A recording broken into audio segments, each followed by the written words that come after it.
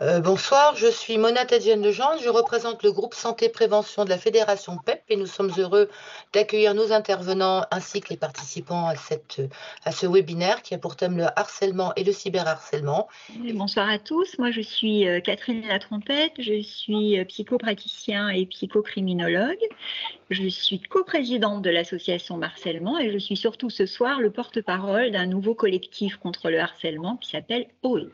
Je m'appelle Stéphanie Valade, je travaille au CLEMI, le Centre pour l'éducation aux médias et à l'information, où je suis chargée de parentalité numérique. Donc, je commence, je vais partager mon écran. Donc, moi, comme je disais, n'hésitez pas à m'interrompre s'il y a le moindre problème. Donc, moi, je représente aujourd'hui le CLEMI, le Centre pour l'éducation aux médias et à l'information. Je vais commencer par brièvement présenter le CLEMI, vraiment très très brièvement pour ceux qui ne connaîtraient pas. En fait, on est chargé de l'éducation aux médias et à l'information dans l'ensemble du système éducatif. Et le CLEMI a été créé en 1983, ce qui fait d'ailleurs que pour la petite histoire, nous fêtons nos 40 ans cette année. Nos objectifs fondateurs, c'est apprendre à lire, décrypter l'information et l'image, à aiguiser l'esprit critique et à apprendre à se forger une opinion personnelle. Autrement dit, exercer une citoyenneté éclairée et responsable. Et nos axes d'action, il y en a 4 plus un dernier qui m'amène devant vous ce soir. Les axes historiques sont en fait l'organisation d'événements comme la Semaine de la presse et des médias à l'école, qui a lieu aussi en ce moment, qui rassemble plus de 4 millions d'élèves et 280 000 enseignants. Le soutien à la création de médias scolaires, que ce soit des journaux, des web radios, des web TV, la production de ressources pour les enseignants prioritairement, vu qu'en fait notre premier public est celui des enseignants dont nous assurons la formation en EMI. Et nous animons le réseau des coordonnateurs qui coordonnent l'action du CLEMI en académie. Mais depuis 2016, nous avons aussi développé un axe parentalité numérique, dont je fais partie, qui permet de s'adresser aux parents en plus des enseignants. Et c'est à ce titre que, en fait, je suis devant vous ce soir.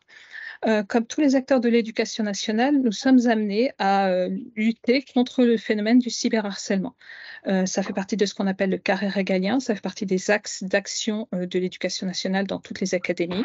Cette implication, en fait, s'inscrit dans la continuité de la loi pour une école de la confiance, notamment l'article 5, qui dit qu'on a le droit d'étudier sans harcèlement, et le cyberharcèlement a été inclus dans la lutte contre le harcèlement dont il est une circonstance aggravante. Donc tout ça nous amène en fait naturellement, nous amène à nous intéresser au cyberharcèlement. La perspective générale de l'action du CLEMI, c'est la coéducation, c'est-à-dire la collaboration de tous les membres de l'équipe autour des enfants, autour des adolescents, autour des jeunes.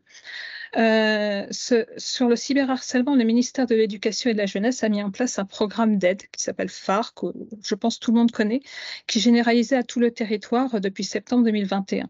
Et c'est une approche collaborative qui met en lien la communauté des professionnels et des personnels, les partenaires, les parents, les partenaires et les instances de démocratie scolaire, donc les élèves en eux-mêmes. Et il y a au moins 10 ambassadeurs par établissement. Cette ambition de coéducation, c'est aussi celle qui a construit l'approche du CLEMI, en fait, en parentalité numérique. On s'adresse aux parents, mais aussi aux professionnels et aux enseignants, en fait, pour que tous concourent au traitement des problématiques soulevées par le numérique, dont le cyberharcèlement. Par contre, il y a une différence de taille, et c'est celle que je veux souligner d'emblée, c'est qu'au CLEMI, notre approche est strictement de sensibilisation et de prévention. Nous n'avons pas la mission ni les moyens de traiter les situations de cyberharcèlement. Ce que nous faisons, c'est que nous proposons des supports, des actions pour sensibiliser à cette problématique, pour proposer, quelque chose de la prévention. En effet, l'EMI, l'éducation, médias et l'information, permet en fait de comprendre comment se structure, comment se fabrique aussi le cyberharcèlement d'un point de vue un peu technique, j'ai envie de dire. Ce que c'est qu'un réseau social, ce que c'est que l'économie de l'attention, ce que c'est que l'économie des plateformes, c'est-à-dire des plateformes qui sont gratuites, mais qui captent l'attention des utilisateurs. Et pour la capter, pour la retenir, en fait, ils vont proposer des contenus qui sont très émotionnels, qui capturent en fait l'attention du jeune, on va dire, et qui en fait amène à réagir beaucoup, à s'engager, à liker, à partager. Ce qui permet de créer plus facilement des contenus viraux, en fait. Les contenus viraux sont en quelque sorte une des continuités de la manière dont les plateformes se structurent. Et ce sont des notions qui sont abordées notamment dans la bande dessinée, dont j'ai mis la couverture juste à côté, là, dans La tête de Juliette, qui est une bande dessinée que nous avons créée et sortie en 2020, oui, c'est ça. Et un certain nombre de notions du téléphone portable et de son usage sont rencontrées dans cette bande dessinée, dont l'économie de l'attention, la nomophobie, etc. Et en fait, ce sont toutes des notions qui permettent, quand on les aborde avec les jeunes, qu'ils comprennent des choses qu'ils utilisent sans s'en rendre compte, et ça leur permet en fait de prendre conscience aussi des enjeux de leur propre pratique. Surtout que l'objectif, j'ai envie de dire, un peu fondamental de l'EMI, en fait, c'est de forger l'esprit critique. C'est-à-dire, en fait, de se poser... L'esprit critique, c'est un certain nombre de dispositions que l'on cultive, qui permettent d'être un petit peu méfiant, de prendre du temps par rapport à un contenu. C'est tout le contraire de la viralité. L'esprit critique, c'est vraiment la finalité, j'allais dire, fondamentale, structurante de l'EMI. C'est en fait apprendre à prendre le temps de juger avant de faire. Savoir qui me parle, pourquoi on me parle, quelle est la source, c'est la question à toujours se poser, et aussi quel est le contenu. En fait, ça évite d'aller trop vite. L'esprit critique, c'est prendre le temps d'examiner, et on le développe d'autant plus que c'est aussi une barrière contre tous les comportements de haine en ligne, etc., où en fait on like trop vite. Il y a un certain nombre de personnes qui vont propager des contenus parce qu'ils like, parce qu'ils partagent trop vite. Et en fait, l'esprit critique est un antidote contre ce genre de comportement, même si ce n'est pas du tout sa seule implication. Donc, je vais vous livrer, ce soir, je suis venue avec 3 conseils. Donc, le conseil numéro 1, en fait, c'est de parler avant que cela n'arrive. Parler, ça veut dire quoi? Ça veut dire parler des risques, parce qu'en effet, tenir des propos racistes, homophobes, sexistes, harceleurs, quelle que soit l'origine de la ségrégation sur Internet, c'est du harcèlement, mais les jeunes n'en ont pas toujours conscience. Et donc, en fait, il faut leur montrer qu'Internet n'est pas une zone de non-droit où on pourrait dire ce qu'on veut parce qu'on est derrière un pseudo ou même simplement parce qu'on est sur Internet. Et réciproquement, ne jamais juger un jeune qui reçoit des propos violents, vu que c'est toujours lui la victime. L'affiche, en fait, que vous voyez sur le côté gauche de votre écran, c'est une affiche que nous avons créée dans le cadre d'une campagne de sensibilisation. Il y a eu 5 affiches, donc ce n'est que l'une des 5. Si je vous la montre, c'est parce qu'évidemment, ces affiches sont destinées à être affichées à quiconque veut s'en saisir, évidemment, vu qu'elles sont disponibles sur le site du Clémy, comme tout ce que je vous montre. Mais c'est surtout les ressources associées qui m'intéressent ici, en fait, parce que les ressources associées à cette affiche sont destinées spécifiquement aux parents, et il y a des petites vidéos, il y a des textes, il y a des articles, une sélection de ressources qui sont pensées spécifiquement pour les parents et qui permettent justement d'aller dans le sens d'une sensibilisation et d'une prévention. Donc, j'ai mis le lien direct sur les slides. Je ne sais pas du tout si elles vous seront transmises, mais en tout cas, toutes les ressources sont indiquées avec les liens directs. Le conseil numéro 2, en fait, c'est sensibiliser son enfant aux traces sur Internet, parce que ce n'est pas la chose à laquelle ils pensent en premier. Quand on leur en parle, ils ont même tendance à penser que ce n'est pas si grave, que c'est des réflexes qui ne sont pas de leur âge. Donc, en fait, il faut leur faire comprendre le plus vite possible qu'on laisse des traces sur Internet, quoi qu'on fasse, en fait. Il y a différents types de traces, et l'ensemble crée ce qu'on appelle son identité numérique. Et cette identité numérique, elle dure. C'est-à-dire qu'il y a une contradiction à expliquer aux jeunes entre cette impression d'éphémère et la réalité de ces traces qui sont en fait extrêmement pérennes, extrêmement coriaces, ne serait-ce que parce qu'en fait, on peut effectivement en demander l'effacement, mais quelqu'un aurait de toute façon pu faire une capture d'écran, faire un enregistrement, et ça peut ressurgir. Donc en fait, les traces sont quelque chose qui nous échappe, et je pense que c'est une des choses auxquelles il faut vraiment sensibiliser les jeunes, parce que leur instantanéité n'est qu'apparente. Conseil numéro 3, et c'est là où j'espère que ma vidéo va marcher. En fait, les éduquer à se comporter avec les mêmes exigences en ligne et hors ligne. C'est en fait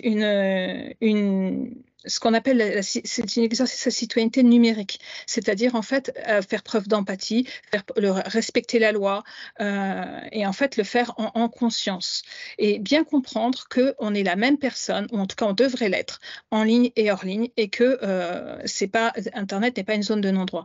Et je voulais vous montrer une petite vidéo parce qu'au Clémy, on a aussi créé une série qui s'appelle la série La famille tout écran, avec le support financier de la CNAF et diffusée sur France TV. Et un certain nombre d'épisodes sont consacrés effectivement au cyberharcèlement, dont celui-ci qui permet de sensibiliser à la notion de prudence.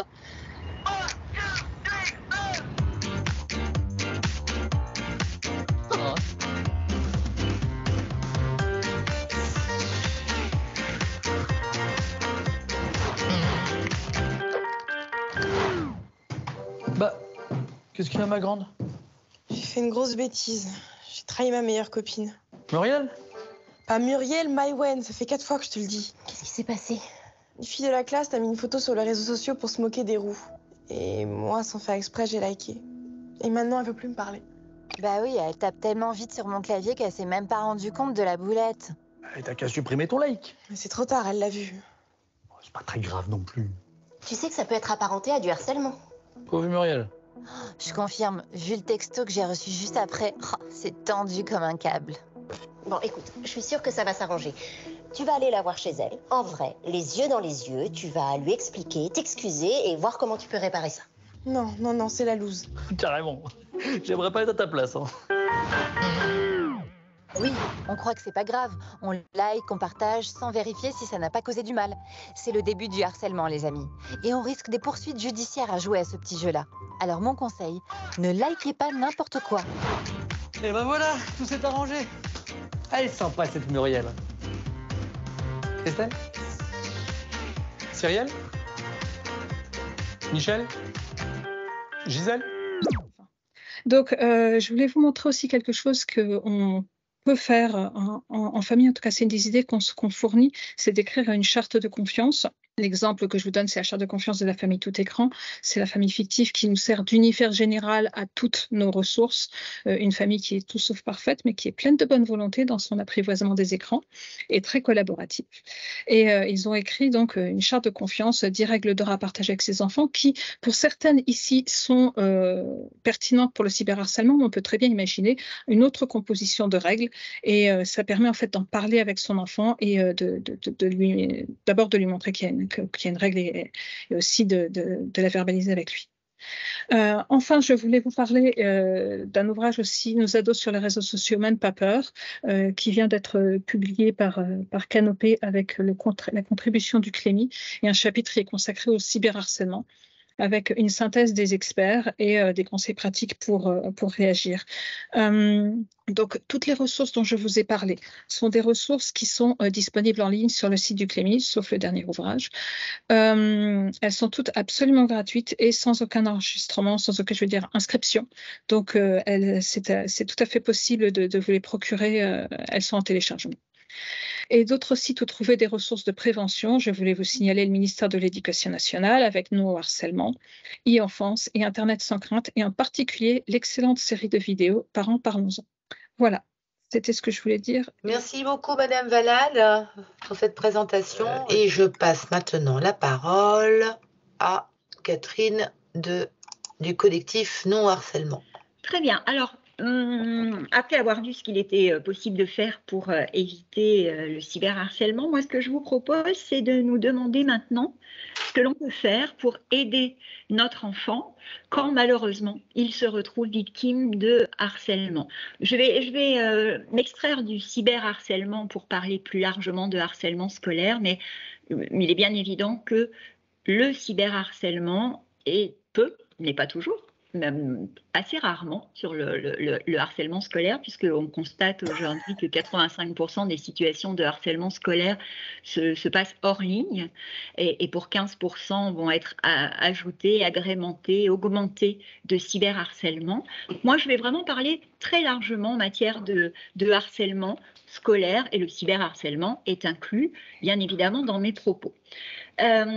Pour ce faire, je vais me présenter d'abord comme étant porte-parole du collectif OE, qui est un tout nouvel acteur sur la scène de l'activité contre le harcèlement scolaire, puisque ce collectif a vu le jour il y a quelques toutes petites semaines, en rassemblant à ce jour 20 associations et spécialistes du harcèlement qui œuvrent au quotidien aux côtés de victimes et d'auteurs, et qui ont senti que le rassemblement pouvait faire la force contre le harcèlement scolaire et ont doté ce collectif de 2 missions principales qui consistent à, dans un premier temps, faire évoluer les représentations de chacun en ce qui concerne le harcèlement scolaire et son impact sur la santé et la vie des auteurs, des victimes et des témoins, mais également de participer à hauteur de nos capacités à renforcer les politiques publiques dans le but d'une protection maximale des enfants contre le harcèlement scolaire. Donc voilà, c'est la première fois ce soir que nous parlons de ce collectif. Donc 20 structures et spécialistes aujourd'hui lors de sa création, et bien sûr l'idée c'est de rassembler le plus d'acteurs possible autour de ce sujet. Alors, avant de commencer à rentrer dans le vif des conseils que je peux tenter de vous donner ce soir, il me semblait intéressant qu'on se partage ensemble la définition du mot harcèlement. Nous sommes un pays qui ne s'est pas doté d'une définition officielle du harcèlement. Alors, on a tendance chez OE à avoir recours à sa définition légale, qui est en soi la définition officielle. Et donc, je fais référence à la loi relativement récente, du 2 mars 2022, qui présente le harcèlement comme étant des propos ou des comportements qui vont être commis au sein de l'établissement d'enseignement ou en marge de la vie scolaire et universitaire. Donc on intègre bien la possibilité que les outils numériques puissent se faire le relais de ces propos et de ces comportements. Et ils vont avoir pour objet ou pour effet de porter atteinte à la dignité de l'élève, d'altérer sa santé, qu'elle soit physique ou mentale, et de dégrader ses conditions d'apprentissage. Alors, je vais un petit peu l'expliciter, cette définition, mais on va d'abord se positionner pour commencer en qualité, en statut de parents de victimes de harcèlement scolaire. Alors, premier conseil qu'il est peut-être important de se rappeler quand on est parent d'enfants victimes de harcèlement, c'est déjà de bien comprendre ce que notre enfant vit. Ce qu'il vit au quotidien, c'est non pas une répétition de violence, c'est intéressant de voir que la loi ne présente pas le harcèlement scolaire comme une répétition de violence, mais comme une répétition qui fait violence. La répétition, c'est en fait la multiplication quotidienne ou quasi quotidienne de minuscules attaques qui peuvent paraître aux yeux des uns et des autres complètement anodines, mais qui assez rapidement, malheureusement, va enfermer l'enfant par la peur de se retrouver face aux auteurs de ces minuscules attaques, ou l'appréhension, c'est-à-dire l'anxiété de se retrouver face à ces auteurs de minuscules attaques, et bien tous, la peur et l'anxiété vont l'enfermer dans une spirale qui, malheureusement, va affaiblir cet enfant et instaurer un rapport de force, que le rapport de force signifie un enfant seul face à un groupe très imposant par le nombre d'auteurs de harcèlement, ou un rapport de force qui est signifié par un enfant vulnérable face à un seul qui n'est pas vulnérable. C'est intéressant de comprendre que le rapport de force n'implique pas forcément que le harcèlement ait lieu, en tout cas au niveau de ses auteurs, à partir de nombreux acteurs. Voilà. Cette spirale dans laquelle l'enfant va être enfermé à force de répétition de ces minuscules attaques, eh bien, va l'amener à se sentir très très vite impuissant, et cette impuissance va en rajouter à la peur et à l'anxiété. Peur et anxiété qui, je le répète, pour l'organisme signifie la mise en œuvre de réponses de stress, parce que notre cerveau ne fait pas la différence entre une peur réelle et une situation imaginée, qui peut-être ne se passera pas, mais à partir du moment où on imagine que des choses qui nous font peur vont se passer, eh bien ça suffit pour provoquer dans notre organisme des réponses de stress. Et des réponses de stress, ça signifie des bombardements d'hormones de stress qui vont justement affaiblir l'enfant et venir altérer sa capacité de concentration, sa capacité de mémorisation et accessoirement un nombre considérable de ses comportements dans la journée. Alors, une fois qu'on a compris en quoi peut consister le harcèlement, encore faut-il comprendre que notre enfant en est victime. Alors comment c'est possible? Parfois c'est possible par les mots que va utiliser notre enfant. Je tiens à préciser que tous les enfants victimes de harcèlement ne sont pas en capacité de parler. Pas parce qu'ils ne le veulent pas, mais parce que la peur et l'anxiété peut amener à un certain nombre d'évitements. Et parler, c'est rendre très présent et très réel ce que l'on vit. Et donc c'est signe, en tout cas, ça provoque de la souffrance supplémentaire à l'enfant. Donc pour se protéger de cette souffrance supplémentaire, de nombreux enfants ne vont pas avoir recours aux mots. Quoi qu'il en soit, si les mots sont possibles par votre enfant, eh bien, ils vont avoir tendance à qualifier les différentes attaques anodines, donc à les présenter sous forme de moqueries, de coups. Voilà, j'en ai mis un certain nombre là. Et il va pouvoir exprimer son incapacité à se défendre, parce que s'il y a répétition de ces attaques, c'est bien parce qu'il ne sait pas les arrêter, parce qu'il ne parvient pas à les arrêter. Il a essayé un certain nombre de stratégies qui malheureusement n'ont pas fonctionné et les attaques continuent. Alors, je dirais que là, c'est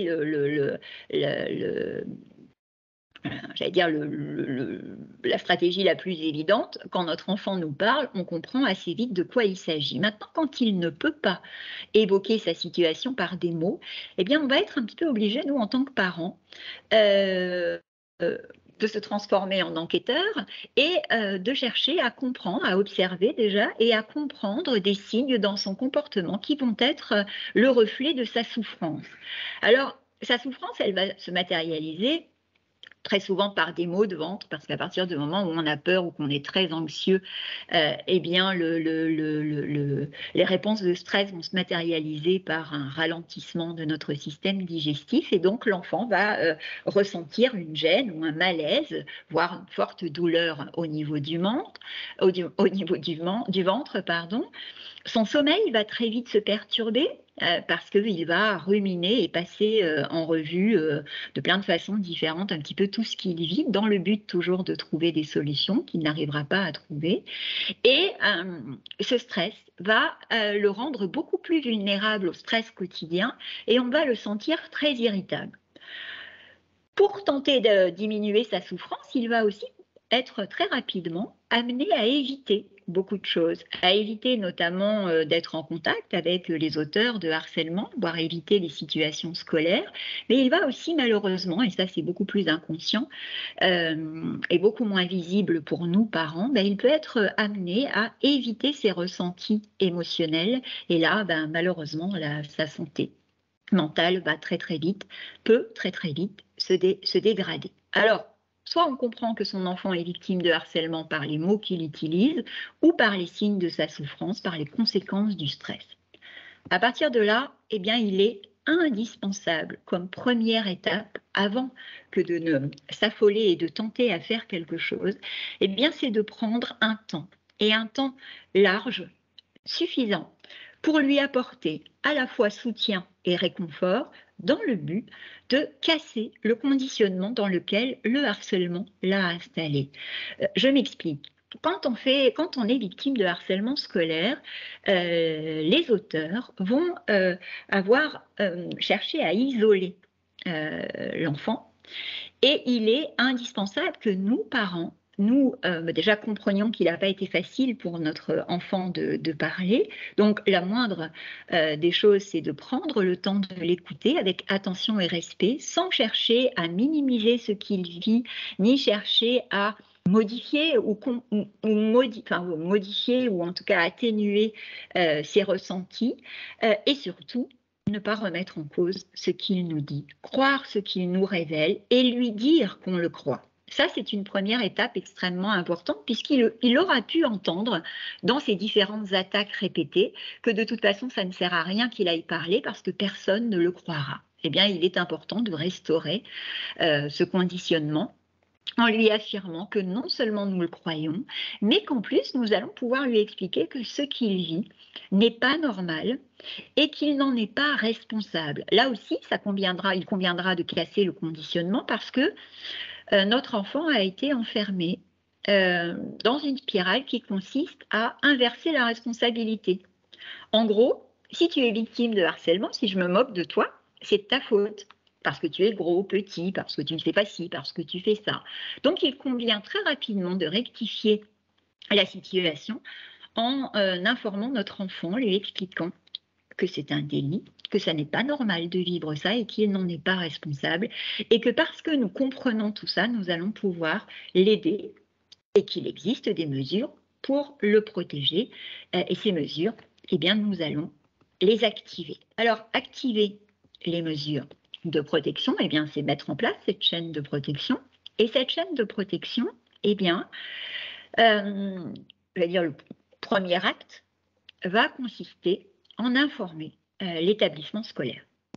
Informer l'établissement scolaire dans le but, bien sûr, de faire cesser la violence, mais aussi de faire mettre en place, j'allais dire, des conditions d'écoute et de soutien au sein même de l'établissement. Il est indispensable que l'enfant soit écouté aussi dans l'établissement scolaire et pas seulement à la maison. Pourquoi ? Bien parce qu'à la maison, il peut être tenté de ne pas révéler certaines choses pour ne pas ajouter à l'angoisse du parent ou à la peur des parents. Donc, ce que l'enfant peut dire au sein de l'établissement peut être légèrement différent. Voilà. Ce qu'il va être aussi important de faire, c'est une fois qu'on a pu informer l'établissement scolaire qui va pouvoir, j'allais dire, engager le protocole de prise en charge prévu dans le programme phare, il va être aussi important de faire prendre en main la santé de notre enfant. On n'oublie pas une chose, c'est que si on peut poser le mot harcèlement, ça signifie que la santé de notre enfant a été altérée. Donc, réparer cette santé altérée, c'est aussi indispensable que de faire cesser la violence. Et ça, ce qu'on constate, nous, au quotidien, qui accompagnons les jeunes victimes, c'est que ça ne vient pas en tête aussi, de façon aussi évidente pour le parent. On pense un petit peu trop hâtivement, malheureusement, que parce que la violence s'arrête au sein de l'établissement, eh bien, notre enfant va se mettre à aller mieux spontanément. Je ne dis pas que ça n'arrive jamais, mais ça arrive quand même assez rarement. Aujourd'hui, ce que les spécialistes du sujet qui peuvent mener des études scientifiques sur les victimes de harcèlement constatent que près de la moitié d'entre elles vont développer les symptômes d'une pathologie mentale qui se nomme le syndrome de stress post-traumatique et qui va véritablement handicaper la vie de l'enfant et les relations familiales. Donc, il est indispensable de penser à consulter son médecin traitant qui va pouvoir, à partir du moment où vous lui indiquez tous les changements qui sont apparus dans le comportement de votre enfant, les douleurs que vous avez pu identifier et aussi ce qu'il évite de faire, parce que dans cet évitement, le médecin va comprendre à quel point la spirale infernale de l'anxiété a pu se développer. À partir de là, le médecin pourra vous conseiller sur ce qu'il est possible de faire. On en reparlera un tout petit peu plus tard et éventuellement dans vos questions. Un des conseils que l'on peut vous donner aussi à ce niveau-là, sur la chaîne de protection, est avant tout de ne pas rester seul. Parce qu'il est très difficile de voir son enfant souffrir et de ne pas forcément parvenir assez rapidement à faire cesser la violence et à lui permettre de retrouver sa sécurité. Et donc, plus vous allez vous entourer de spécialistes, plus ça va être, en tout cas moins ça va être douloureux d'accompagner votre enfant à se mettre sur le chemin de la résilience. Alors, vous conseillez de vous rapprocher d'associations d'aide aux victimes, c'est le premier conseil qui me vient, sachant que par association d'aide aux victimes, c'est large. Il y a bien évidemment toutes les structures équipées pour accompagner les victimes de harcèlement scolaire, mais plus largement, tout le réseau des associations de France Victimes sont à votre disposition et elles vont être à votre disposition non seulement sur un plan psychologique, mais aussi sur un tas de conseils à vous apporter sur un plan judiciaire si, dans le souhait de la famille, il y a à un moment ou un autre la volonté de déposer des plaintes. Eh bien, le réseau de France Victimes va aussi vous accompagner sur ce plan. Bien évidemment, les associations d'aide aux victimes vont être aussi en capacité de vous aiguiller sur de nouveaux interlocuteurs de façon adaptée à la situation que vous vivez. Voilà, c'est toujours un petit peu délicat dans le rôle que j'ai ce soir de présenter des choses à faire de façon générale, parce que si les situations se ressemblent beaucoup, elles sont pour autant toutes différentes, et le conseil que l'on doit pouvoir vous apporter doit être adapté à la situation que votre enfant vit et que vous vivez au sein de votre famille. Alors, je veux rester quand même encore deux petits instants sur cette diapo pour ajouter quand même quelques points. Ça paraît simple comme ça, il s'avère que dans de nombreuses situations, eh bien, on ne va pas réussir à faire cesser rapidement la violence, où on va avoir des difficultés à faire prendre en soin son enfant. Et là, la famille va se sentir fortement démunie et eh bien, il va être possible pour elle de faire appel à des médiations. Alors, des médiations au sein de l'éducation nationale, auprès du médiateur de l'éducation nationale, par exemple, mais aussi en dehors de l'éducation nationale. Le maire de la commune où votre enfant est scolarisé est un bon interlocuteur pour pouvoir intervenir et peut-être faire décoincer certaines situations qui peuvent prendre du temps.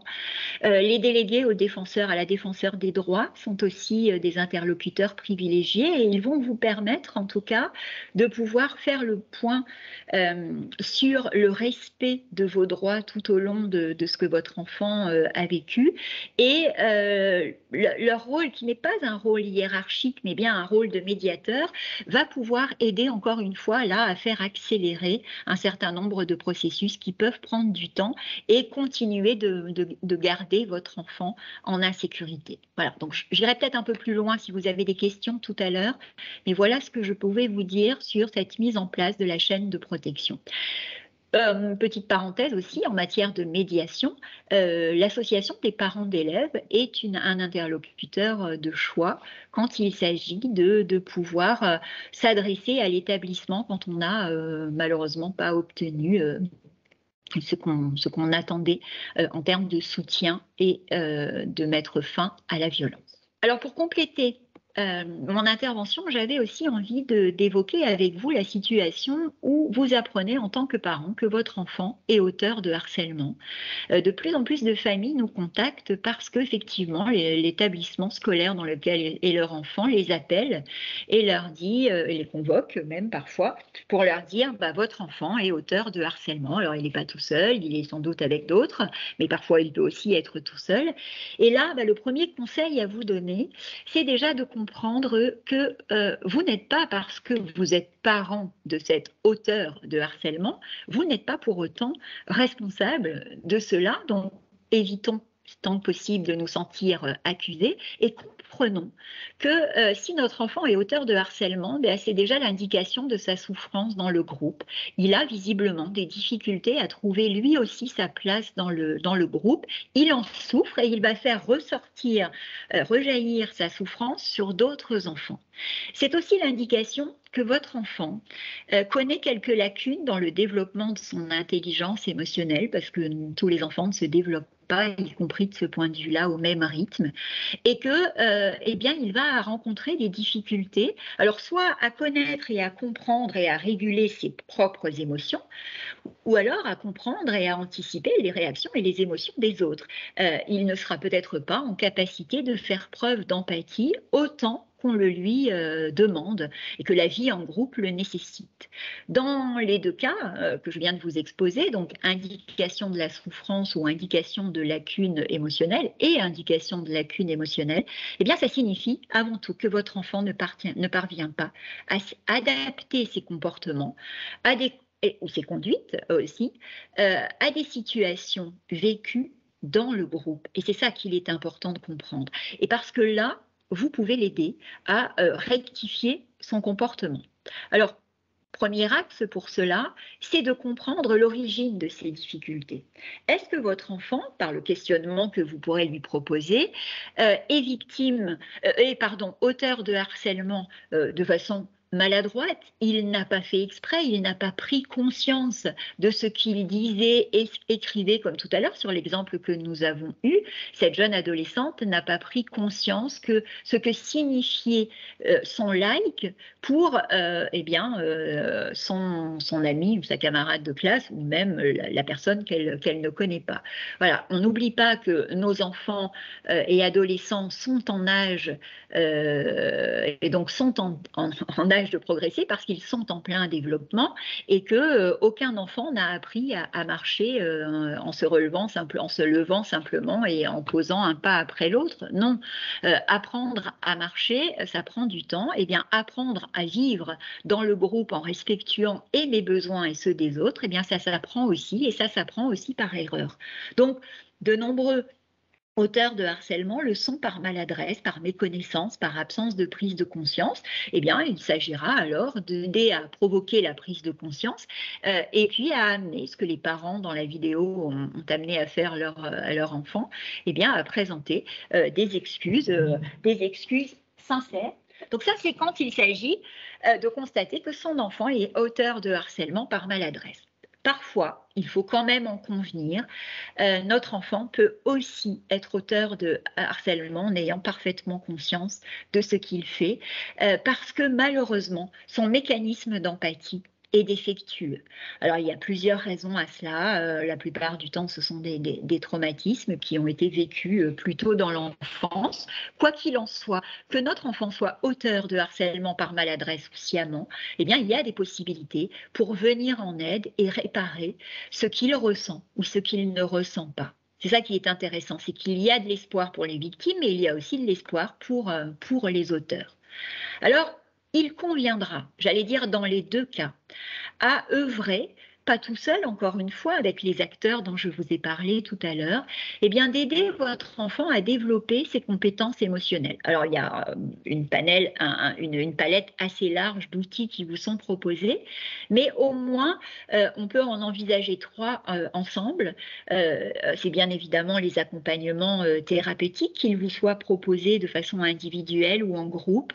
Il existe de plus en plus des structures thérapeutiques qui proposent des ateliers d'intelligence émotionnelle, de développement de régulation émotionnelle, voire des ateliers de développement d'habileté sociale, qui est mon 3e point. Donc, il est intéressant d'en parler encore une fois à son médecin ou pourquoi pas à l'infirmière ou l'infirmier de l'établissement quand ils existent, qui pourront là aussi vous orienter vers un accompagnement adapté.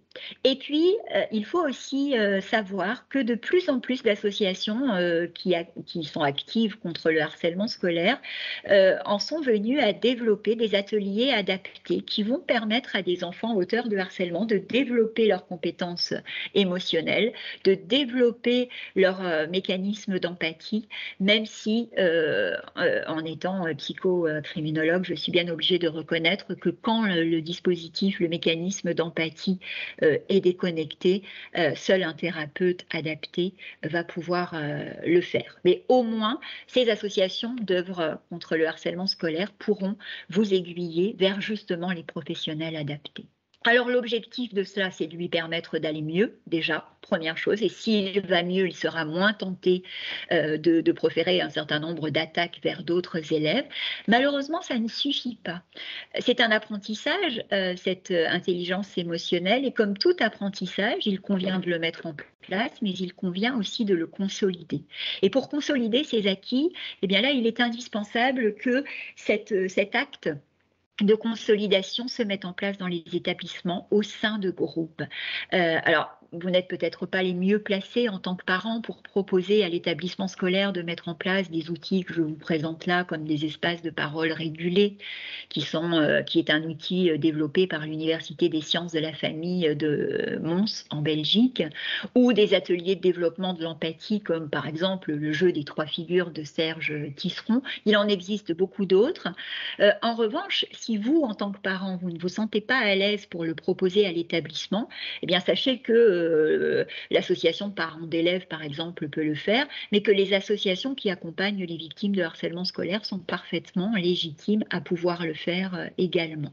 Donc, l'idée là est que l'enfant puisse consolider ses acquis et alors, eh bien, non seulement il ira mieux, mais il va pouvoir très rapidement trouver sa place au sein du groupe et cesser de mener des attaques de façon répétée envers ses camarades ou envers des membres du groupe qu'il apprécie moins.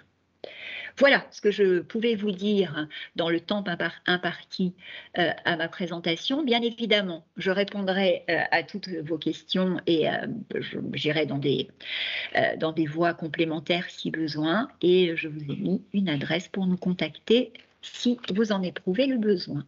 Je vous remercie. Bien, merci beaucoup. Nous avons déjà quelques petites questions. Alors, une entre autres qui concerne effectivement le protocole phare. Donc, je pense que c'est plus pour vous, pour vous, Stéphanie. Donc voilà, en gros, qu'y a-t-il précisément dans le protocole du programme phare? Alors, effectivement, il faut distinguer, enfin, il y a le programme et le protocole. Le programme comporte huit piliers, en fait, qui permettent d'avoir une approche très globale et volontairement globale. Premièrement, mesurer le climat scolaire. Deuxièmement, éduquer pour prévenir les phénomènes de harcèlement. Troisièmement, former une communauté protectrice de professionnels, donc les professeurs, mais aussi les personnels d'encadrement. Intervenir, associer les parents et les partenaires, ainsi que communiquer sur le programme. Mobiliser les instances de démocratie scolaire, donc ça c'est pour associer les élèves, de même que le mécanisme des ambassadeurs. Oh, je vais trop vite visiblement. De même que le mécanisme des ambassadeurs permet en fait de jouer le rôle de lanceur d'alerte et de prévention aussi de pair à pair entre les élèves. Il y a un suivi d'impact de ces actions et aussi une mise à disposition d'une plateforme. Maintenant, pour ce qui est du protocole, il s'agit d'utiliser la méthode de préoccupation partagée qui permet en fait d'engager les intimidateurs dans un processus pour mettre fin au harcèlement en leur faisant comprendre et en faisant d'eux une partie de la solution plutôt qu'une partie du problème. C'est-à-dire en fait leur faire comprendre, leur faire partager la préoccupation de la personne qui les ont fait souffrir. Mais je ne saurais être beaucoup plus précise parce qu'encore une fois, moi je suis du côté de la prévention. Donc, je ne suis pas le programme phare. Maintenant, peut-être que Catherine, je voyais que vous opiniez, peut-être que vous avez des renseignements complémentaires. Alors non, on n'a en tout cas pas de façon très officielle. C'est vrai qu'on n'a pas forcément accès puisqu'on n'est pas, donc on récupère des informations en provenance de parents. Mais effectivement, enfin, dans ce que vous avez présenté, c'est de cette façon aussi que les parents peuvent nous proposer et nous présenter ce qui a été mis en œuvre pour mettre un terme aux situations de harcèlement. Je terminerai en disant pour ceux qui sont intéressés par le programme phare qu'il y a énormément d'éléments sur le site du ministère et des petites vidéos aussi que j'ai trouvé très, très instructives aussi. Savez-vous quand le harcèlement scolaire est le plus fréquent, collège, lycée ou élémentaire? Alors, il est un petit peu difficile pour nous, en tout cas, de répondre à cette question de façon très précise parce que s'il existe des enquêtes de climat scolaire qui sont réalisées chaque année, elles ne font pas forcément référence à la définition du harcèlement légal et à celle que je vous ai présentée tout à l'heure. Donc, ce qui me fait dire qu'on a encore un petit peu à progresser. Ce qu'il semble ressortir des différentes enquêtes de climat, c'est que le harcèlement se met en place dès l'école maternelle, primaire, qu'il explose du point de vue et de la violence, des formes de violence utilisées et sur les conséquences sur la santé au collège, que ça s'étiole au niveau du lycée et également au niveau des études supérieures. Mais vraiment, je parle au conditionnel parce que nous manquons d'éléments très probants avec une définition qui fait consensus. Nous avons échangé il y a quelque temps avec les responsables statisticiens statisticiens du ministère de l'Éducation pour comprendre justement comment leurs chiffres étaient établis. Eh ben, sachez par exemple que de mémoire, 4,6% de situations de harcèlement identifiées lors de la dernière enquête de climat scolaire pour les CM1, CM2 se réfèrent à des situations où l'enfant se retrouve subir au moins 5 formes de violence de façon répétée, souvent ou très souvent.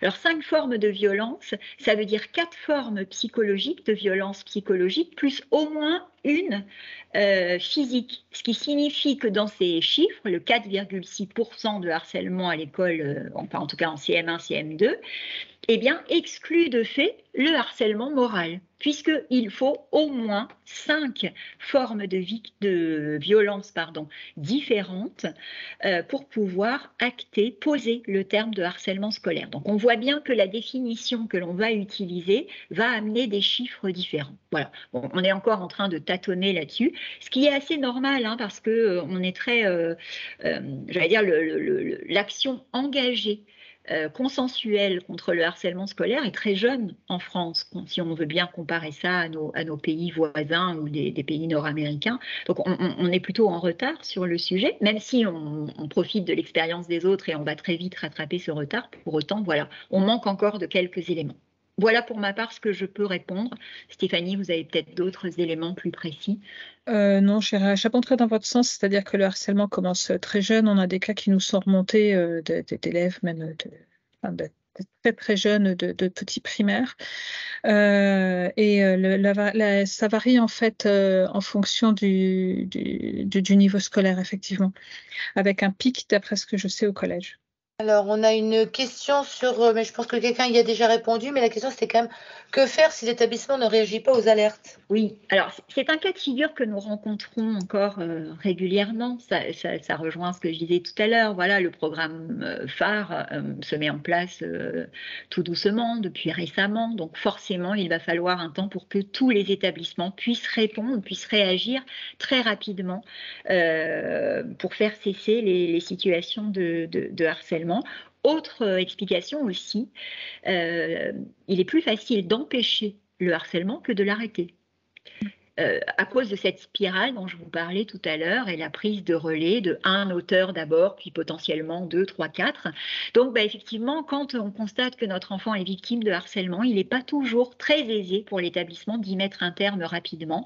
Et en tout cas, en tant que parent, ça nous semble beaucoup trop long. Alors que faire? Moi, j'aurais tendance, dans la position qui est la mienne, de vous dire que la priorité, c'est de mettre votre enfant en sécurité et de faire rétablir sa santé. Et que parfois ça peut passer par un changement de scolarité. Alors par changement de scolarité, j'entends beaucoup de choses. J'entends un changement de classe, un changement d'établissement. Parfois quand l'enfant n'est plus en capacité parce que son anxiété est trop importante et qu'il va se mettre à éviter les situations scolaires, il ne va plus pouvoir se rendre dans l'établissement, et auquel cas il faudra avoir recours à une instruction par le CNED par exemple. Alors, le plus souvent, c'est quelque chose de temporaire, et quand on sait que c'est temporaire, on peut faire appel, le temps que l'enfant récupère sa santé à la maison, eh bien, on peut faire appel aux services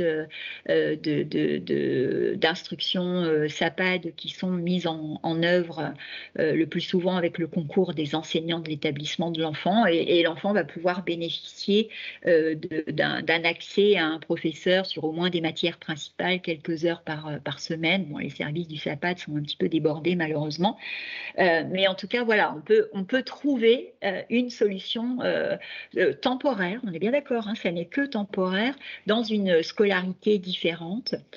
Une fois que l'enfant est en sécurité et qu'on a pris en charge sa santé, eh bien là on peut faire appel, c'est ce que je disais tout à l'heure, à des médiateurs pour faire accélérer le processus. Ces médiateurs, ils sont quand même assez nombreux.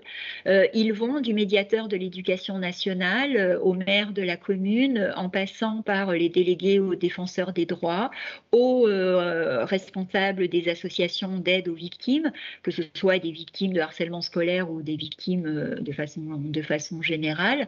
Donc, il est toujours possible, à partir du moment où on ne reste pas seul, coincé dans une relation peut-être qui est devenue conflictuelle, où la confiance a été rompue entre la famille et l'établissement, il est largement possible de faire appel à des médiateurs. Et puis, je dois le dire aussi, il est possible, alors ça ne résoudra pas le problème de harcèlement dans l'établissement, mais il est possible aussi de chercher à obtenir des réparations en déposant une plainte et de faire appel là au service de la justice pour trancher, identifier qui est la victime, qui est l'auteur ou les auteurs du harcèlement, et par l'obtention d'une réparation, peut-être chercher à aller mieux et à réparer complètement la santé de l'enfant et de la famille. Voilà ce que je peux dire pour répondre à cette question. Ce qui ressort souvent, c'est que, en tout cas dans les remarques des parents, c'est qu'effectivement, c'est souvent l'enfant victime de harcèlement qui est, entre guillemets, obligé de partir et non pas l'inverse. Et c'est en ça où, dans les cas de harcèlement en collège comme en lycée, alors en école élémentaire, j'en suis un peu trop éloignée, mais en collège comme en lycée, très souvent, le groupe médiation d'éducation nationale a tendance à dire aux parents comme à l'élève, en gros, changer d'établissement. Et c'est très souvent perçu par les familles comme étant « je soulève le tapis et je balaye le problème en dessous ». Voilà.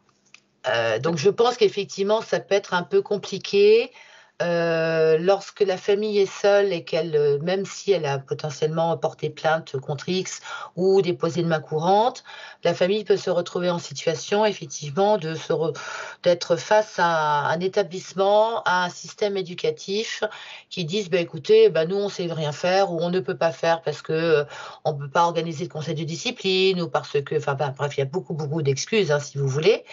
Et effectivement, l'enfant se retrouve finalement dans un autre établissement en ayant quand même un peu l'impression, voire même parfois souvent l'impression, que c'est lui qui est l'auteur. Et c'est peut-être ça qui est un peu compliqué. Oui, ça donne l'impression d'une double peine souvent, c'est ce que les parents nous disent. Et d'une certaine façon, ils n'ont pas tort, c'est-à-dire qu'à partir du moment où on a révélé effectivement que notre enfant est victime de harcèlement et en souffre, on attend à ce qu'il soit pris en charge et remis en sécurité. Je vous le dis vraiment, ça n'est pas toujours aussi simple que de le dire, c'est-à-dire que c'est très difficile quand le harcèlement est installé depuis de nombreux mois, voire quelques années dans la vie de l'élève. Il est parfois, il est souvent difficile, complexe, ça demande du temps de résoudre. Alors oui, c'est perçu comme une double peine. Moi, je tiens à rappeler, et c'est ce qu'on fait quand on accompagne les familles, que la réalité, elle est ce qu'elle est. On aimerait la changer, mais on ne le peut pas toujours. Il existe une autre réalité, c'est la santé de notre enfant. Et celle-ci, elle ne doit pas faire de compromis. Quand la santé de notre enfant est largement altérée, entre changer d'établissement ou à tout prix vouloir rester parce qu'on a l'impression d'une double peine et où le traumatisme de l'enfant va s'ancrer encore davantage et il sera encore plus difficile pour lui de retrouver bien-être ou en tout cas un développement et une vie acceptable, eh bien parfois il faut savoir aussi lâcher prise, j'allais dire, et se dire ma priorité c'est la santé de mon enfant. À partir du moment où cette santé est prise en charge par des professionnels adaptés, je sais qu'il va aller mieux, eh bien si pour faire en sorte qu'il aille mieux plus rapidement, ça passe par le changement d'établissement, alors oui, pourquoi pas. Il est clair que ça va venir modifier l'organisation de la famille, c'est évident, parce que changer d'école ou changer de collège, ça vient tout perturber dans l'organisation familiale. Mais de toute façon, découvrir que son enfant est victime de harcèlement scolaire, c'est venir fracturer l'organisation familiale. Donc il va y avoir des changements à installer et parfois il est quand même indispensable de procéder à un changement d'établissement, mais en lui donnant du sens, c'est-à-dire c'est-à-dire en ne disant pas forcément à son enfant tu changes d'établissement parce que l'établissement n'est pas en capacité de te remettre en sécurité, c'est des nuls, ils veulent rien entendre, hein, je le vis au quotidien. Moi, j'accompagne les parents à aller un petit peu plus loin. C'est-à-dire, OK, ça c'est le constat.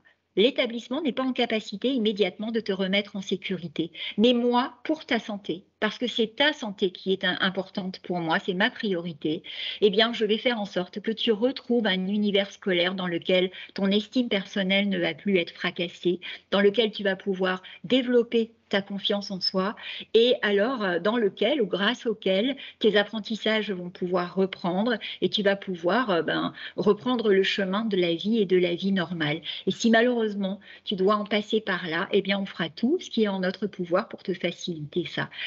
Encore une fois, c'est temporaire, mais le programme phare fait son apparition de façon généralisée cette année. Donc, il est difficile de penser que les établissements peuvent tout mettre en place en l'espace de quelques mois. Comme tout nouveau programme, il va y avoir des récalcitrants, des personnes qui seront plus à l'aise pour le mettre en place que d'autres. Donc, oui, ça va prendre du temps. Eh bien, le parent est confronté à deux situations. Soit je me prends la tête avec l'établissement et je mets un peu de côté la santé de mon enfant, ou alors ma priorité, c'est la santé de mon enfant. Et je le repositionne dans une scolarité adaptée. Et puis, je poursuis, si je le veux, ma médiation ou mes relations avec l'établissement pour qu'il arrive à modifier son comportement. On peut faire les deux, mais bon, voilà, c'est clair que de mon point de vue, en tout cas, la santé de l'enfant est la priorité. Oui, Bruno, Oui, nous t'entendons. bonsoir. Et je voudrais juste apporter un complément de réponse aux parents qui posent des questions dans le chat. Il faut faire la distinction entre le primaire et le collège quand vous parlez de sanctions dissuasives et de possibilité de faire partir l'élève harceleur, parce qu'au collège, on a une sphère disciplinaire qui peut passer par le conseil de discipline qui permet l'exclusion de l'élève harceleur le cas échéant, ce qui n'existe pas en primaire du tout, ce qui fait que bien souvent, s'il n'a pas la volonté de partir, l'élève harceleur, c'est effectivement l'élève harcelé qui part et qui change d'école pour pouvoir se reconstruire sereinement et avoir la paix. C'est quelque chose qui méritera d'être discuté parce que beaucoup d'écoles primaires avouent quand même le fait d'être démunis quand il s'agit d'intervenir sur des cas comme ceux-là. Ça, c'est un premier point. Et puis, pour ce qui est du cyberharcèlement, le bon réflexe, si le harcèlement, le réflexe à avoir, c'est le 30-20, pour ce qui est du cyberharcèlement, le bon réflexe à avoir, c'est le 30-18.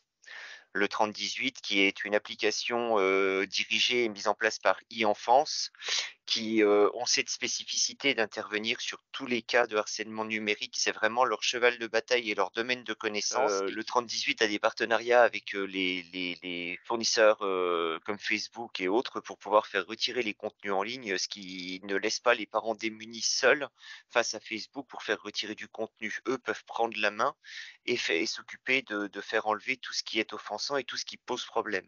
C'est vraiment un bon réflexe à avoir que de solliciter le 30-18 dans ces situations-là. Et ils interviennent même au sein des établissements scolaires pour faire de la prévention et de la formation sur les questions de cyberharcèlement et plus largement de comportement avec les écrans. Donc je vais reprendre les questions qui ont été posées dans le chat entre-temps, puisqu'il y en a quelques-unes qui sont arrivées. Notamment une question, savoir si on peut vous faire intervenir dans les collèges pour faire de la sensibilisation, pour faire de la médiation, j'imagine, sur les questions de harcèlement. Et si oui, comment ? Harcèlement aussi, enfin, je vais répondre d'abord, mais ce sera dans ce cas-là sur le cyberharcèlement, vu que nous on s'intéresse à ça. Le Clémy national en soi ne va pas dans les collèges parce qu'on est une toute petite structure. Par contre, on a un réseau de coordonnateurs académiques, effectivement, qui ont chacun une équipe et qui peuvent, selon les cas, intervenir en collège. Et on peut utiliser certaines des ressources que j'ai montrées très brièvement dans ma présentation pour animer des ateliers, justement. Je pense à la BD ou aux petites vidéos qui peuvent très utilement être utilisées comme brise-glace pour amorcer une conversation ou pour amener une réflexion. Donc ça, c'est ce que nous on peut proposer pour ce qui est d'intervenir dans les collèges. On met nos ressources à disposition. Elles sont complètement libres. Et en fait, nos coordonnateurs peuvent aussi donner un coup de main. Pour trouver l'adresse des coordonnateurs, on va sur le site du Clémy et il y a une carte de France sur la première page. Vous cliquez sur votre académie et vous avez le nom. Allez, pour ce qui est de OE, j'allais dire, il suffit de contacter OE. Alors, au travers de l'adresse que je vous ai donnée, le site internet est en cours de construction et sera mis en ligne très, très rapidement, donc ce sera encore plus facile. Les membres de ce collectif sont bien évidemment des acteurs contre le harcèlement scolaire et interviennent et sensibilisent en école maternelle parfois, primaire, au collège, au lycée et dans les écoles supérieures également. Donc oui, il y a cette possibilité effectivement de faire appel aux structures du collectif pour intervenir dans les établissements, et l'intervention bien évidemment s'adapte aux âges des enfants rencontrés. Question, et là pour le coup, la réponse elle va être assez simple. Comment quitter l'établissement lorsque le jeune harcelé est en Ulysse? Si le harceleur est lui-même en Ulysse, c'est au harceleur de partir, parce que là pour le coup, la situation et le taux de pression pour l'accès à l'Ulysse font qu'il est hors de question que ce soit l'élève harcelé qui quitte l'établissement.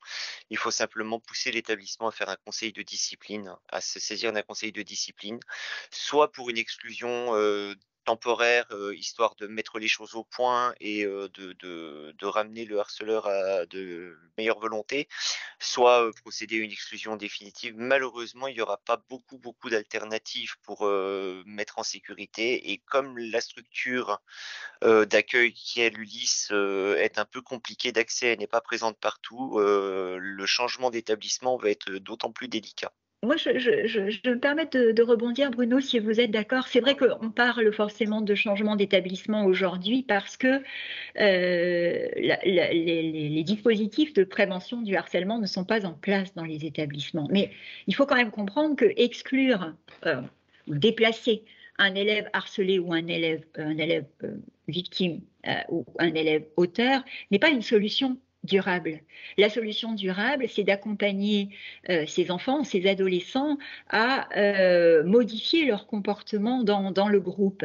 Alors évidemment, dans le cas Ulysse, je comprends l'urgence de la situation, mais ce serait intéressant que les établissements, plutôt que d'avoir recours à un conseil de discipline pour régler la situation, le conseil de discipline, il peut sanctionner, mais il ne va pas régler la situation. Régler la situation, ça consiste à mettre en place un dispositif d'amélioration des relations dans la classe ou dans l'établissement. Ces dispositifs, ils existent. Ils existent et ils peuvent se mettre en place assez facilement. Quand ils seront mis en place dans tous les établissements, là, on pourra être relativement confiant et on n'aura plus besoin d'exclure les élèves. Parce que quand on exclut un élève harceleur, c'est génial. Mais quand il arrive dans son nouvel établissement, parce qu'il y a obligation de le repositionner dans un autre établissement, déjà on a développé de la colère supplémentaire, donc de la souffrance supplémentaire. Ça ne va pas résoudre son mécanisme d'empathie. Donc il y a malheureusement de forts risques pour qu'il recommence son comportement harcelant envers ses nouveaux camarades. Donc, on ne fait que déporter le problème. On ne résout pas un problème de harcèlement par l'exclusion. On ne le résout même pas par la sanction. Aujourd'hui, tous les spécialistes européens et internationaux sur le sujet savent largement nous l'expliquer et nous le démontrer. On résout, on empêche et on stoppe des situations de harcèlement par la mise en place de dispositifs de régulation des relations entre pairs dans les établissements. Donc, oui, aujourd'hui, là, on parle de changer d'établissement quand on est victime ou quand on est auteur, mais j'aimerais quand même qu'on comprenne bien que ça ne peut être que temporaire, ça ne peut pas durer cette situation d'exclure. Sinon, on ne fait que déporter le problème, malheureusement. Je suis extrêmement d'accord avec vous. Malheureusement, le constat de terrain que l'on en a, nous, en tant que représentants d'élèves à l'heure actuelle, c'est que les dispositifs de médiation, de réconciliation, de remédiation sont très très peu pratiqués. C'est vrai. En général, on attend malheureusement que ça ait défrayé sur l'établissement avec une intensité plus ou moins lourde pour se dire que ça pourrait être intéressant d'imaginer une initiative. Souvent, on le fait après avoir fait le conseil de discipline des harceleurs, ce qui fait que les élèves qui auraient plus d'intérêt à être présents sur ce genre de dispositif ne sont plus là. C'est quelque chose qui est à travailler. Voilà, ça c'est très clair. C'est quelque chose qu'il faut qu'on réussisse à implanter dans les établissements, à condition de trouver des moyens, puisque malheureusement, on a quand même des établissements où on n'a ni infirmière, ni psy-EN, ni médecin scolaire, ni tout ça. Donc, réussir à monter une cellule de remédiation et de réconciliation, ça va devenir délicat. Et c'est vrai que pour le coup, on laisse un peu les établissements démunis avec pour seul outil la sphère disciplinaire. Oui. Alors qu'il y a quand même des processus de régulation. Alors, vous évoquiez une cellule de remédiation, ce qui est intéressant aussi. Alors, on a, au sein du collectif, on a un dispositif dont on assure la promotion, qui consiste à non pas créer une cellule parce qu'il vient de se passer quelque chose, mais d'utiliser le groupe classe, parce que c'est quand même dans le groupe classe que 95% des situations de harcèlement trouvent leur origine, et de venir à réguler les relations au sein du groupe classe. Alors ce dispositif, bien évidemment, il est à mettre en place dans la classe. Donc là, il faut pour cela faire appel aux enseignants, et notamment l'enseignant principal, le professeur principal au collège. Mais sachez que des dispositifs de classe existent aussi. Il n'y a pas seulement que la cellule que l'on va créer pour résoudre le problème. Et ce dispositif qu'on peut mettre en place au sein du groupe classe est un dispositif de prévention comme de prise en charge. Je vous invite à regarder, je vais peut-être mettre sur le chat si vous le souhaitez, le site de l'Université des sciences de la famille à Mons en Belgique, qui ont développé et qui mettent en œuvre dans de plus en plus d'établissements français ce dispositif de régulation. Ils le nomment par espace de parole protégé ou espace de parole régulé, pardon. Et ces espaces de parole régulés peuvent se mettre en place après 4 heures ou 5 heures de formation des enseignants qui souhaitent le mettre en place. Donc c'est en plus un dispositif qui peut se mettre en place assez facilement. Mais je vous rejoins, Bruno, bien sûr, il faut des moyens donnés aux adultes des établissements pour pouvoir mettre en œuvre ces dispositifs. Ça, c'est évident, bien sûr. Nous avons des profs formés à la méthode PICAS. Alors, j'avoue que je ne connais pas la méthode PICAS, je connaissais les EPR de l'Université de Mons, mais pas la méthode Non, PICAS. c'est C'est quelque chose qui vous parle? ouais, Oui. c'est ce dont je parlais tout à l'heure, c'est la méthode de D'accord. préoccupation partagée. Ah Voilà. oui, ok. C'est Pardon, l'origine. je connaissais pas l'acronyme alors. C'est l'origine de la méthode de préoccupation partagée, c'est-à-dire que c'est une méthode scandinave, la méthode PICAS, et Monsieur Belon et son dispositif l'ont adapté au contexte scolaire français.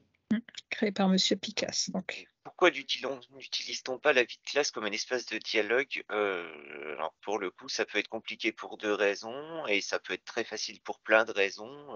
Installer une vraie vie de classe, ça devrait faire partie des choses qu'on devrait utiliser très régulièrement. Malheureusement, pour une question d'actualité, quand plus de la moitié d'une classe est après la peau d'un élève, l'heure de vie de classe va pas forcément être très pertinente. Voilà, ça c'est aussi une réalité.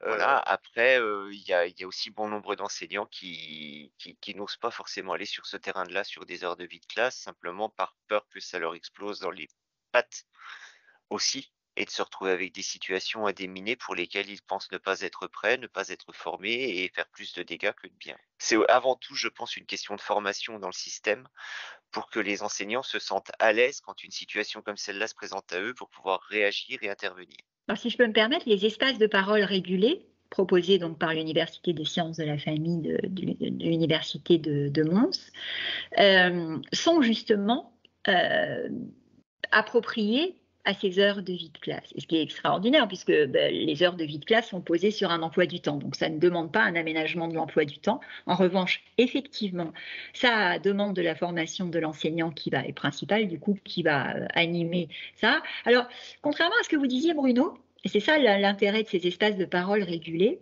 c'est que justement, c'est un espace de parole qui n'a rien à voir avec l'espace classe habituel. Et que justement parce qu'un élève est devenu le souffre-douleur, ça veut dire qu'on a laissé s'envenimer la situation pendant un bon moment, hein, mais admettons, un élève qui se retrouve souffre-douleur du groupe classe, eh bien l'espace de parole régulé va avoir justement pour objectif de casser le rapport de force, de tendre à le rééquilibrer. Comment ? en faisant appel à l'empathie des élèves qui en ont. Je vous ai expliqué qu'une partie des harceleurs vont être dans ce statut parce que leur mécanisme d'empathie est désactivé et que donc ce qu'ils font, ce qu'ils disent ne réveille pas en eux le minimum d'attention qui dirait « Ah, j'arrête mon geste parce que je sais que je vais blesser la personne en face et qu'elle va être très souffrante, etc. » Donc non, quand le mécanisme d'empathie n'est pas activé, un espace de parole régulé n'y changera rien. En revanche, cet espace de parole régulé, en permettant à l'élève souffre-douleur, dans un contexte très particulier qui s'appuie sur 5 règles bien précises, et les 5 règles doivent être respectées, eh bien cet enfant souffre-douleur va exposer ses émotions, ses ressentis, sans accuser personne, en parlant en jeu, et en exposant ce qu'il ressent et pourquoi il le ressent, eh bien, ça va naturellement attiser le mécanisme d'empathie chez les élèves qui en sont pourvus, et Dieu merci, il en existe beaucoup dans une classe, et ces élèves vont être force de proposition pour venir aider cet élève. Ce sont les élèves qui sont force de proposition, pas l'adulte. Donc c'est très soulageant pour l'adulte qui n'est pas obligé de se positionner en un adulte super-héros qui va pouvoir résoudre toutes les situations. Les élèves disposant d'un mécanisme d'empathie, d'une intelligence émotionnelle peut-être un peu plus développée que d'autres, vont se porter, j'allais dire, au secours, à l'aide de cet élève souffre-douleur et en se rangeant, permettez-moi de le dire comme ça, du côté de la victime, vont casser le rapport de force, lui apporter du soutien, ce qui va lui permettre de monter un peu en estime personnelle, en confiance en soi et en les autres, et en rétablissant un semblant d'équilibre dans les relations de la classe, eh bien ça va amener aux auteurs harceleurs, il n'y a pas toujours qu'un, aux auteurs de harcèlement, eh bien à repenser leur comportement. Et donc, très rapidement, les espaces de parole régulés font la démonstration que la mise en œuvre de ces espaces sur une année scolaire amène à baisser considérablement le taux de violence qui se répète de l'ordre de 80% sur une année scolaire. Donc, au contraire, quand un élève, moi j'aurais tendance à souffler que quand un élève se prend en mobbing tout le groupe, classe, eh bien justement, des espaces de parole régulés mis en œuvre dans l'heure de vie de classe, pendant l'heure de vie de classe, eh bien c'est la seule solution pour rétablir des relations équilibrées et casser le rapport de force et donc amener la victime à se sentir mieux et accompagner l'élève auteur à modifier ses comportements. Et en douceur, vraiment très en douceur, vraiment. Pour l'avoir mis en œuvre et assurer cette formation dans un certain nombre d'établissements, je peux vous dire que c'est un dispositif qui est très efficace et très efficace rapidement. Mais ça amène les enseignants, bien sûr, il faut qu'ils soient formés. On ne s'improvise pas régulateur d'espace de parole comme ça. Ça, c'est évident. C'est évident. Une question, et là pour le coup, ma réponse de parent serait peut-être un peu trop viscérale, donc je vous laisserai répondre. Que faire quand c'est un enseignant qui est harceleur ? J'allais dire sensiblement la même chose que quand c'est un élève, sauf que là, pour le coup, il ne faut absolument pas rester seul face à cette situation. Il faut pouvoir s'entourer des associations de victimes, d'avocats éventuellement, parce que si c'est un petit peu dans le langage courant d'évoquer des relations entre pairs difficiles, il devient encore un peu tabou de se dire que l'enseignant est lui-même harceleur. Ce qui est pourtant une situation que nous vivons, malheureusement, je vais dire régulièrement, on n'a pas de chiffres pour ça, ça n'est absolument pas mesuré. Mais mon conseil, c'est prenez contact avec les associations œuvrant contre le harcèlement scolaire. Ils vous seront d'une grande utilité pour engager un certain nombre d'actions pour sortir votre enfant de là. Oui. Tout seul, ça me paraît difficile. Alors, les harceleurs sont souvent des très grands manipulateurs qui sont les leaders et ce sont eux que les autres suivent et pas l'inverse malheureusement. C'est vrai qu'il y a cette question de comment casser cette dynamique de groupe et effectivement, je pense que pour le coup, les espaces de parole vont nous aider énormément. Il y a aussi, si vous me permettez, on aime assez chez nous avoir recours s'appuyer sur des études scientifiques et psychologiques qui sont menées indépendamment du harcèlement, pas seulement au niveau du harcèlement, pour comprendre quand même un phénomène qui est assez intéressant, c'est le phénomène du conformisme. il a été démontré il y a plusieurs dizaines d'années que inconsciemment, c'est le groupe qui prime sur notre individualité. Ce qui fait que quand dans le groupe, quelqu'un qui se présente de façon illégitime, hein, j'entends bien, mais qui se présente comme une forme d'autorité, parce qu'il est un peu le populaire de la classe, par exemple, eh bien, on sait qu'il va malheureusement emmener 37% du groupe de façon quasi systématique avec lui. Mais que 37%, que. Ce qu'on sait aussi, c'est qu'il y en a de façon systématique 24% qui ne vont absolument pas le suivre. Et ces 24%, si on leur donne le soutien d'un adulte enseignant au travers des espaces de parole régulés, par exemple, ou simplement au travers des dispositifs mis en œuvre dans le programme phare qui consiste à identifier des élèves ambassadeurs, etc. Mais si on donne la possibilité à ces élèves, à ces 24% d'élèves d'une classe qui ne vont pas suivre inconsciemment l'élève populaire qui va avoir tendance à harceler, s'il a tendance à harceler, hein, tous les élèves populaires ne vont pas harceler, hein, mais si c'est le cas, eh bien, on va pouvoir aider, apporter du soutien à ces 24% systématiques d'élèves qui ne vont pas suivre l'élève harceleur. Absolument pas. Mais à condition de leur donner, encore une fois, là, les moyens, les outils pour leur permettre d'agir. Et le premier de ces outils, eh bien, c'est que quand ils vont s'adresser à un adulte, l'adulte ne remette pas en cause la véracité de leurs propos et ne remette pas en cause la gravité non plus des faits qu'ils relatent. Peut-être que ça, c'est intéressant de le dire. Voilà, oui, les élèves populaires qui vont être auteurs de harcèlement vont être systématiquement suivis à hauteur de 35, 36, 37%. Oui, c'est vrai.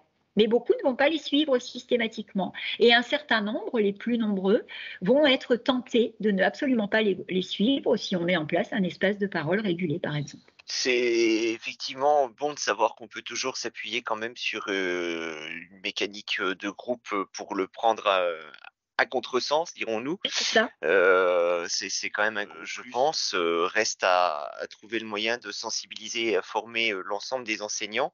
Alors, une question assez intéressante pour le coup qui nous dit, mais pourquoi est-ce que ça ne serait pas intéressant particulièrement de sensibiliser d'urgence les plus jeunes, puisque c'est le moment où l'enfant se construit et le moment où il développe une partie de ses réflexes sociaux et autres, ce qui permettrait, si on les sensibilise en élémentaire, d'anticiper la suite, puisque souvent la période la plus difficile, c'est quand même la fin du primaire et le collège, en particulier sur ces situations-là. Oui, nous, on a fait ce constat aussi d'une manière plus large, hein, vu qu'on ne fait pas que de la sensibilisation au cyberharcèlement, mais d'une manière générale, le primaire et quand on parle de numérique, le primaire est un endroit qu'il faut davantage investir. On a eu tendance à développer, et nous aussi, hein, des ressources pour des enfants un peu plus âgés, pour des adolescents, et en fait, on se rend compte que d'une part, l'usage des téléphones portables, qui sont quand même un gros vecteur de réseaux sociaux, se fait de plus en plus jeune, et que justement, les bons réflexes et les mauvais se prennent très jeunes, et qu'il faut vraiment s'adresser aux enfants de primaire. Oui, évidemment, je vais aller dans le même sens et j'allais dire l'apprentissage aux outils et aux risques évoqués, mais plus largement, enfin, ce qu'on constate, c'est que le harcèlement s'installe ou en tout cas révèle des lacunes dans l'intelligence émotionnelle et que si on peut développer cette intelligence émotionnelle dès les premiers instants scolaires, donc dès la maternelle et que ça puisse se mettre en place d'année en année comme un véritable apprentissage. Enfin, voilà, c'est le développement d'une intelligence, donc ça se fait étape par étape. Et chaque niveau scolaire est à même de participer à ce développement, voire de corriger et de parfaire ce développement. Donc oui, plutôt on commence. Mais attention, il ne faudrait pas penser que parce qu'on l'a fait en maternelle ou au CP, on n'a plus besoin de le faire après. C'est un apprentissage. Donc, comme tout apprentissage, ça passe par la répétition, une répétition adaptée. On ne va pas faire les mêmes exercices, j'allais dire, dans tous les niveaux scolaires, mais on doit le développer d'année en année tout au long du cursus scolaire. Enfin, c'est en tout cas ce que je pense. Oui. Oui, effectivement, la formation au numérique, c'est le parent pauvre déjà au collège, très sincèrement, mais alors en primaire et avant, on part du principe que comme on a fait une loi qui interdit aux enfants d'avoir une adresse Gmail avant 13 ans, on a réglé le problème. C'est tout sauf le cas. très clairement. Et c'est vrai que c'est quelque chose pour lequel on plaide, hein, d'avoir une meilleure approche du numérique, de ne pas l'aborder que par les aspects néfastes qu'il a, mais aussi par les aspects positifs, parce qu'il en a quand même quelques-uns. Tout à fait. Voilà, et surtout d'oser l'aborder dès le plus jeune âge, parce que c'est en les préparant dès le plus jeune âge à l'utilisation future des outils qu'ils seront plus préparés, il n'y a pas photo. Mais la question fondamentale derrière, ça va encore être une fois celle de qu'est-ce qu'on y met comme moyen et qui est-ce qu'on envoie en formation pour pouvoir traiter de ces problématiques-là. Et malheureusement, une question de moyens. Il y a une question de moyens évidente, mais il y a aussi des initiatives qui existent, hein. Je vais prêcher pour ma paroisse, mais on est un organisme de formation des enseignants, l'organisme en EMI, et on a développé un volet parentalité numérique dont chacun peut se saisir, y compris des ateliers qui vont être en ligne bientôt, etc. Donc, il y a des initiatives qui existent. Maintenant, on se heurte effectivement, pour être parfaitement clair, à une problématique de moyens, oui, bien sûr. Oui, et pour avoir participé à un de vos ateliers de sensibilisation en primaire sur l'Académie de Dijon, j'en sais quelque chose. Voilà, le gros souci qu'on rencontre, c'est qu'on voudrait le déployer dans tous les établissements et que c'est infaisable à l'heure actuelle. Pour des tas de raisons, il y a des questions d'horaire, il y a des questions de formation des enseignants, il y a des questions aussi, enfin, quand on fait de la parentalité numérique, un problème aussi qu'on rencontre, c'est l'endroit quand on veut s'adresser aux parents, notamment, l'endroit où on va leur parler. C'est parfois difficile de leur parler dans l'école et la posture aussi qu'on va adopter, c'est-à-dire qu'on ne peut pas donner de leçons et d'ailleurs on ne le fait pas, on ne dit jamais ce qu'il faut faire, on donne des réflexes, on donne des repères pour que chacun se construise sa propre méthodologie, se construise sa propre charte, comme je le montrais tout à l'heure. Et ça, c'est des problématiques aussi qu'on rencontre et qui peut-être expliquent aussi les hésitations de l'institution, en fait. Que pensez-vous de l'approche d'Emmanuel Piquet et son école à 180 degrés? Pour nous, parents, l'approche, elle n'est pas mauvaise, même si elle est différente et que ça interroge sur d'autres façons d'aborder la question. Après, une approche qui marche à un endroit avec une classe d'élèves, avec un type d'élève ou un type de population ne fonctionnera pas sur la classe d'à côté. Moi, je suis sur l'Académie de Dijon qui est extrêmement rurale de par 30% de sa population et où tout se concentre sur une grande ville. On n'a pas du tout la même approche quand on fait de la prévention, notamment face au numérique, parce qu'on a des coins pour lesquels le numérique, c'est encore une zone blanche. Donc déjà, ça développe d'autres problématiques. L'approche d'Emmanuel Piquet, elle n'est pas fondamentalement mauvaise, elle n'est pas fondamentalement bonne non plus. C'est juste une approche existante et un outil qu'on peut utiliser ou qu'on peut essayer d'utiliser quand on en a le besoin. Peut-être on peut peut-être juste rapidement expliquer en quoi elle consiste, cette approche, peut-être pour les parents qui nous écoutent et ne savent pas. Mais pour la connaître plutôt bien, Emmanuel Piquet, sa méthode, enfin la méthode pas d'Emmanuel Piquet, mais celle qu'elle défend, consiste à se dire que il est important d'amener l'enfant à devenir autonome dans ses relations à l'autre et qu'il peut aussi être autonome pour se sortir d'une situation de harcèlement, ou en tout cas se sortir d'une situation aux prémices du harcèlement. Parce que quand on en est arrivé à ce que l'enfant ait peur de se trouver face à ses harceleurs, des auteurs de harcèlement, mais qu'en plus il appréhende de se trouver, l'anxiété est telle qu'il se sent très vulnérable, son estime personnelle est très baissée, donc là ça devient peut-être un petit peu plus difficile. Mais quand on est en début de situation, aux prémices d'une situation de harcèlement, accompagner l'enfant à être autonome pour se sortir de là en modifiant sa façon de recevoir l'attaque qui paraît anodine, dont je vous ai parlé à plusieurs reprises. Plutôt que d'être touché par l'attaque, eh bien, Emmanuel Piquet et son équipe accompagnent les enfants à ne pas être touchés déjà par la flèche et de retourner l'attaque, la flèche, pour faire stopper net l'intention de l'élève agresseur, disons ça comme ça, à recommencer. C'est-à-dire qu'en réalité, Emmanuel Piquet et son équipe vont accompagner l'enfant dans une situation très ciblée qu'ils auront pris au préalable le loisir d'observer, de comprendre, en fait, pour bien comprendre l'intention de l'élève auteur de cette attaque, de façon à pouvoir retourner la parole de cet élève attaquant pour lui renvoyer le message ne viens pas m'embêter, en gros. Alors ça consiste pas à dire ne viens pas m'embêter, hein, c'est quelque chose de plus subtil que ça, mais c'est l'idée. L'idée est celle-là, c'est de dire l'enfant peut être autonome pour se sortir d'une situation de harcèlement au sein d'un établissement. Et pour se sentir autonome dans l'établissement, il a besoin d'être accompagné par quelqu'un qui va l'aider à décocher la bonne flèche. Voilà, Emmanuel Piquet, sa méthode parle de flèche. Et cette flèche, attention, c'est pas n'importe quelle flèche, hein, c'est la bonne flèche dans la bonne situation. Et ça mérite effectivement un accompagnement. Et donc, je vous rejoins, Bruno, ce qui peut être efficace, parfaitement efficace pour un enfant dans un contexte peut ne absolument pas l'être pour un autre enfant dans un autre contexte. Voilà, c'est un dispositif parmi d'autres. Vous pourrez aussi, là je vous parlais des espaces de parole régulés, vous pourrez m'apporter malheureusement le contre-exemple qui consistera à dire ça a été mis en place dans une classe et ça ne s'est pas avéré efficace. Voilà, il n'existe pas, ça serait trop simple. Une réponse universelle qui mettrait un terme, voilà, ou qui empêcherait tout acte de harcèlement.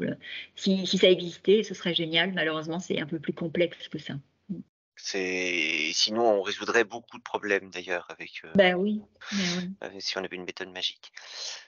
Alors, on avait un commentaire tout à l'heure. Je ne suis pas enseignante, mais je trouve qu'on en demande de plus en plus aux enseignants, alors que les parents ont souvent lâché prise et les dégâts sont catastrophiques. Je suis plus partagé que vous sur la question quand même. C'est parfois compliqué aussi dans la mesure où pour accompagner et pour vivre beaucoup de situations disciplinaires de par mon engagement de parent d'élèves, on a beaucoup de familles qui découvrent la situation uniquement au moment où elle explose. C'est-à-dire que l'élève qui est harceleur ne rentre pas tous les jours en se vantant auprès de ses parents du calvaire qu'il fait vivre à ses petits camarades ou à son petit camarade. Donc, pour le coup, on n'a pas véritablement Enfin, on peut reprocher aux parents de ne pas réagir quand ils sont au courant, bien évidemment, mais on ne peut pas leur reprocher de ne pas avoir réagi quand ils ne l'étaient pas. Ça, c'est un premier point. Et derrière, si on veut quand même apporter un bagage commun et une formation commune, notamment autour des outils numériques, mais aussi autour des compétences sociales, ces compétences sociales, on peut les travailler que lorsque les enfants sont en groupe. Oui. Et pour qu'ils soient en groupe, ça va se faire sur les temps de classe. Donc là, pour le coup, ça va être délicat de le faire avec les parents. On organise parfois des soirées thématiques pour les parents sur les questions de harcèlement et sur les questions du numérique. Le tout étant de trouver le bon équilibre pour que ça soit sensibilisant sans être descendant, sans être imbuvable, sans que ça reste à portée des parents. Voilà, mais derrière, on a quand même des familles qui, en toute bonne foi, découvrent le fait que leurs enfants sont harcelés ou harceleurs le même jour. Alors, je réponds en même temps à la question de Nadia. Envoyer des vidéos Pronote, oui, mais pour qu'on puisse envoyer des vidéos via Pronote pour sensibiliser tout le monde, ça sous-entend qu'on ne s'adresse qu'à des collégiens et des lycéens, puisque avant le collège et le lycée, on n'a pas ou peu de NT, et du coup, ça nous pose la même problématique, encore une fois, de la tranche d'âge et de l'adaptation de la formation, du média et des outils dont on dispose pour les toucher. Oui, mais c'est déjà le cas, hein. Il y a des campagnes de sensibilisation qui sont diffusées via Pronote dans le cadre des journées de lutte contre le harcèlement, notamment Journée nationale. Il y a déjà des sensibilisations qui sont faites comme ça, mais malheureusement, de la même façon qu'il n'y a pas meilleur sourd que celui qui ne veut pas entendre, si l'élève ne va pas consulter les vidéos qu'on met à sa disposition et s'il ne participe pas activement à une sensibilisation, on trouve plein de ressources sur YouTube, c'est pas pour autant que tout le monde va prendre connaissance de ce qu'il existe, et là on aura la même problématique. On devrait faire venir des enfants victimes devenus adultes pour leur parler. Alors ça existe. Il y a des associations de témoignages et des associations de réparation par la parole qui viennent avec des élèves anciennement harcelés qui sont devenus adultes ou qui sont dans la tranche d'âge au-dessus et qui viennent en parler avec des élèves pour leur expliquer ce qu'ils ont vécu. Mais ça reste dans la limite des moyens disponibles. Si vous avez d'autres questions, n'hésitez pas. Sinon, je vais vous remercier pour votre intervention, mesdames. Vous dire qu'on ne manquera pas de vous recontacter pour espérer faire intervenir dans les établissements contactés, et puis inviter les parents qui le souhaitent à nous contacter si jamais vous avez besoin de plus d'éclaircissements ou si vous avez besoin d'aide sur une situation plus personnelle, à nous contacter via l'adresse mail santé prévention de la fédération PEP. On sera ravis de vous aider. On sera pas forcément ravis de votre situation, bien évidemment, mais ravis de vous aider, de vous apporter notre concours et de vous mettre en relation, le besoin étant, avec des partenaires locaux. On a signé des conventions avec plusieurs associations sur ces questions-là. Donc, nous serons ravis de pouvoir apporter notre aide et notre pierre à l'édifice. Merci à tous de votre participation et il me reste à vous souhaiter une bonne soirée et à espérer vous revoir bientôt sur d'autres thématiques. Merci, bonne soirée à vous aussi. Merci beaucoup, bonne soirée. Au revoir. Merci, de même, très bonne soirée. Au revoir.